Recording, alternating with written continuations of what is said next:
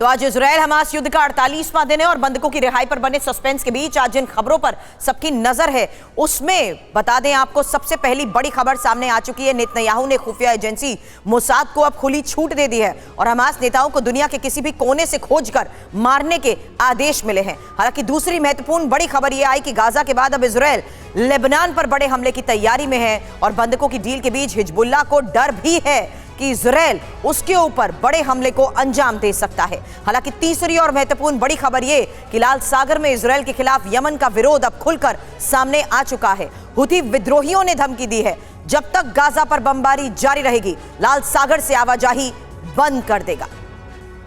लेकिन इस बीच महत्वपूर्ण खबरें आ रही है जहां हमास के कब्जे से इजरायली बंधकों की रिहाई टल गई है और बंधकों की रिहाई आज नहीं होगी। ये एक और सबसे बड़ी और एक्सक्लूसिव खबर TV9 भारतवर्ष के पास, जहां नेतन्याहू के करीबी सूत्रों की तरफ से किए गए दावे के आधार पर यह महत्वपूर्ण खबर सामने आई बंधकों की रिहाई को लेकर। और खबर यह कि बंधकों की रिहाई आज नहीं होगी।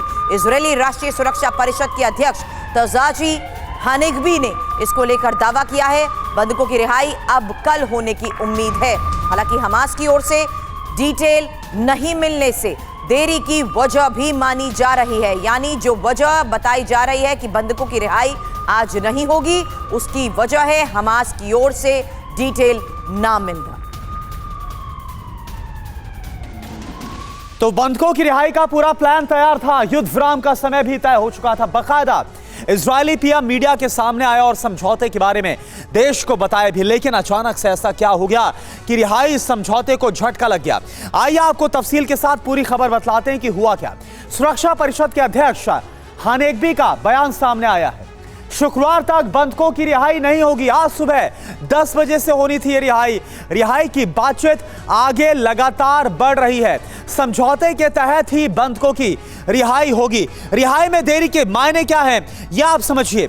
इजराइल को हमास के किसी प्लान के बारे में पता चला है। नेतन्याहू की धमकी के बाद हमास ने तोड़ी है डील। तो आप समझिए, सुरक्षा परिषद के अध्यक्ष का बयान, रिहाई की बातचीत आगे बढ़ रही है। रिहाई में देरी के मायने क्या, यह भी आपको दिखा। नेतन्याहू की धमकी के बाद हमास ने डील को तोड़ दिया क्या, यह बड़ा सवाल है। समझौते के तहत होगी बंधकों की रिहाई, यह बात सुरक्षा परिषद की तरफ से कही गई, इजरायली सुरक्षा परिषद। लेकिन इसके मायने क्या है? क्या हमास को इजराइल की सेना पर भरोसा नहीं है, इस वजह से देरी हो रही है? और साथ ही सवाल यही कि क्या इजरायली सेना का विरोध रिहाई पर भारी पड़ा? जो हमने आपको तस्वीरें भी दिखाई, गाजा में ही कैसे जो इजरायली सेना मौजूद है उसकी तरफ से विरोध किया गया कि यह एक बहुत बड़ी हार होगी अगर इस तरह से युद्ध विराम होता है और गाजा के साथ समझौता कर लिया जाता है।